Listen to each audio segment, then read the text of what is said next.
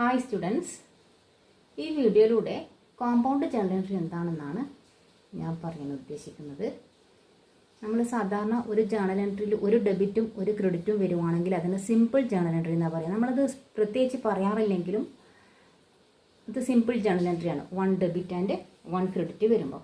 അതേസമയം ജേർണൽ എൻട്രിൻ്റെ ഡെബിറ്റിൽ ഒരു ജേർണൽ എൻട്രിയിൽ ഒന്നിൽ കൂടുതൽ ഡെബിറ്റ് അല്ലെങ്കിൽ ഒന്നിൽ കൂടുതൽ ക്രെഡിറ്റ് വരുവാണെങ്കിൽ അതിന് കോമ്പൗണ്ട് ജേർണൽ എൻട്രി എന്നാണ് പറയാം.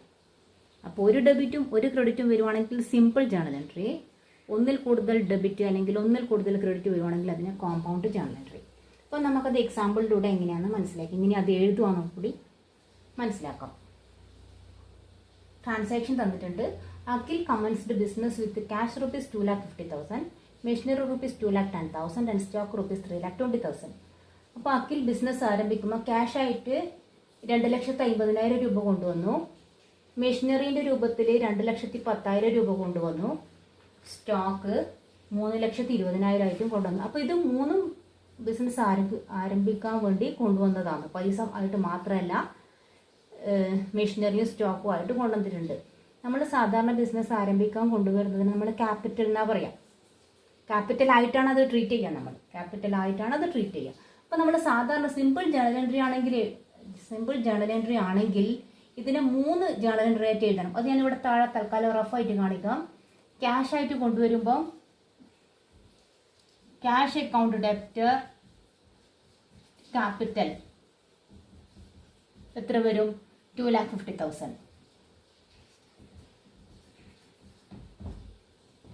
ദെൻ മെഷീനറി കൊണ്ടുവരുമ്പം machinery account debtor to capital. ഇത് പൈസ കൊടുത്ത് വാങ്ങിയതല്ല. പൈസ കൊടുത്ത് വാങ്ങിയതാണെങ്കിൽ ടു ക്യാഷ് വരും. ഇത് ബിസിനസ് പൈസ കൊടുത്ത് വാങ്ങിയതാണെന്ന് ഇതിൽ പറഞ്ഞിട്ടില്ല.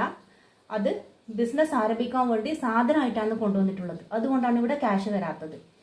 ബിസിനസ് ചെയ്തുകൊണ്ടേ ഇരിക്കുമ്പോൾ മെഷീനറി വാങ്ങിയതാണെങ്കിൽ ടു ക്യാഷാണ് വരിക. 2,10,000. സോറി, ഇവിടെ ഇട്ടിട്ടില്ല. ക്യാപിറ്റൽ ഉണ്ടെന്നവർക്ക് 2,50,000.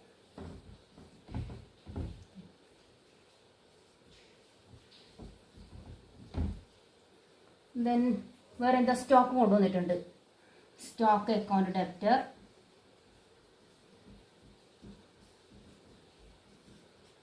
To capital 3,20,000. ഇത് ഞാൻ റഫായിട്ട് കാണിക്കുന്നതാണേ. അപ്പം ഈ ഒരു ട്രാൻസാക്ഷന് നമ്മൾ മൂന്നും സെപ്പറേറ്റ് ആയിട്ട് ചെയ്യുകയാണെങ്കിൽ 3 ജേർണൽ എൻട്രി വരും. Cash account debtor to capital, machinery account debtor to capital, stock account debtor to capital. അപ്പോൾ ഇത് മൂന്നിലും ക്രെഡിറ്റ് വരുന്നത് ഒരേപോലത്തെ ക്രെഡിറ്റ് സെയിം ആണ്. Capital capital capital. അപ്പോൾ ഇങ്ങനെ വരുമ്പോൾ നമുക്ക് ഇത് 3 ജേർണൽ എൻട്രിയും കൂടി ഒരുമിച്ചിട്ടാക്കി എഴുതണം. അതിനാണ് കോമ്പൗണ്ട് എൻട്രി എന്ന് പറയാം. അപ്പോൾ അതെങ്ങനെ നമുക്ക് എഴുതാൻ പറ്റും? ക്യാഷ് ഡെബിറ്റ് ചെയ്യാം. ക്യാഷ് അക്കൗണ്ട് ഡെപ്റ്റർ എത്രയാണ് പറഞ്ഞിട്ടുള്ളത്? 2,50,000. ദെൻ ക്രെഡിറ്റ് ചെയ്യാൻ വരട്ടെ. മെഷീനറി ഡെബിറ്റ് ചെയ്യാം. Machinery account debtor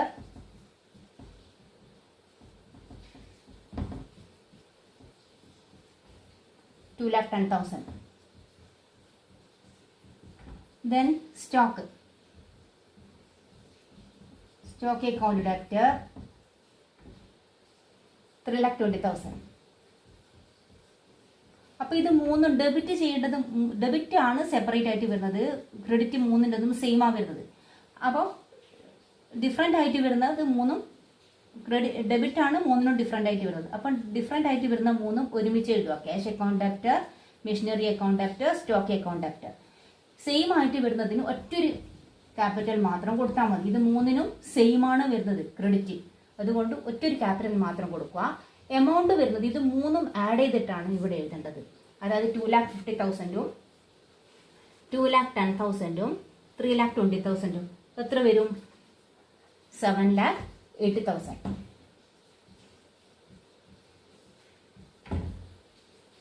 7,80,000. അപ്പോൾ നറേഷൻ കൊടുക്കണം. നറേഷൻ എന്താ വരിക? ക്യാഷ്, മെഷീനറിയും സ്റ്റോക്കും ക്യാഷും ക്യാപിറ്റലായിട്ടാണ് കൊണ്ടുവന്നത്. Value of machinery,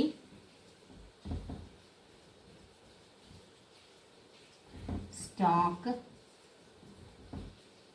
and cash introduced as capital, ക്യാപിറ്റലായിട്ടാണ് കൊണ്ടുവന്നത്. അപ്പോൾ ഈ മൂന്ന് സിമ്പിൾ ജേണൽ എൻട്രി ചേർത്തിട്ട് ഒരു കോമ്പൗണ്ട് എൻട്രി ആക്കി മാറ്റി. സെയിം ആയിട്ട് വരുന്നത് ഒറ്റൊന്ന് എഴുതി, ഡിഫറെൻ്റ് ആയിട്ട് വരുന്നത് മൂന്നും സെപ്പറേറ്റ് ആയിട്ട് കാണിച്ചു. ഇനി അടുത്ത ട്രാൻസാക്ഷൻ നോക്കാം.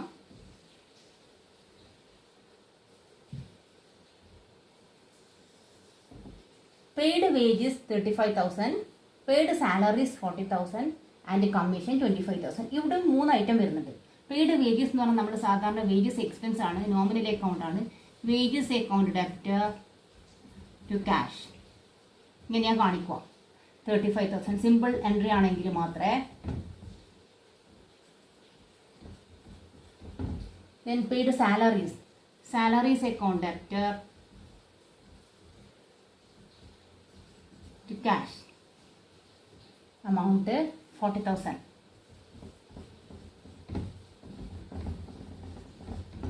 then commission account debtor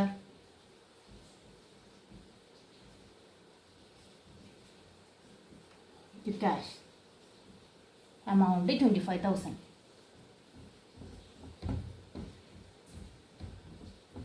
അപ്പം ഇത് മൂന്നും സെപ്പറേറ്റ് ആയിട്ട് എഴുതുവാണെങ്കിൽ 3 എൻട്രി വരുന്നുണ്ട്, 3 simple entry. Wages account debtor, salaries account, wages account debtor to cash, salaries account debtor to cash, commission account debtor to cash. അപ്പോൾ ഇതിൽ 3ലും കോമൺ ആയിട്ട് വരുന്നത് ക്യാഷാണ്. അപ്പോൾ ക്യാഷ് കോമ്പൗണ്ട് എൻട്രിയിൽ ഒറ്റ പ്രാവശ്യം എഴുതിയാൽ മതി, ബാക്കിയുള്ള 3ഉം വേറെ വേറെ എഴുതണം. അപ്പോൾ ഇവിടെ വരുമ്പം wages account debtor 35,000, then cash എഴുതാൻ വരട്ടെ. Salaries account debtor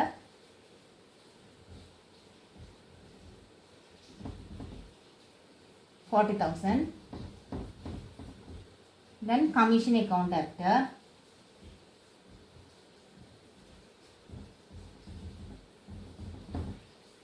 25,000, then common ആയിട്ട് വരുന്ന ക്യാഷ് ഇല്ല, ക്യാഷ് ക്രെഡിറ്റ് ചെയ്യുക ടു ക്യാഷ്. അപ്പോൾ ക്യാഷ് 3ഉം കൂടി ആഡ് ചെയ്താൽ എത്ര വരും? 75,000, 1 lakh. 3ഉം ആഡ് ചെയ്താൽ 1 lakh ആണ് വരുന്നത്.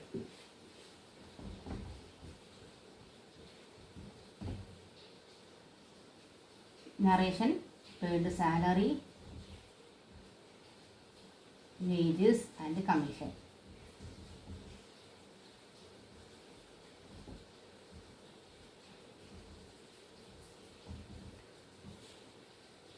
ഓക്കെ, മനസ്സിലായെന്ന് വിചാരിക്കുന്നു. ഈ വീഡിയോ ഇഷ്ടപ്പെട്ടിട്ടുണ്ടെങ്കിൽ ലൈക്ക് ചെയ്യാനും ഷെയർ ചെയ്യാനും സബ്സ്ക്രൈബ് ചെയ്യാനും മറക്കില്ലേ.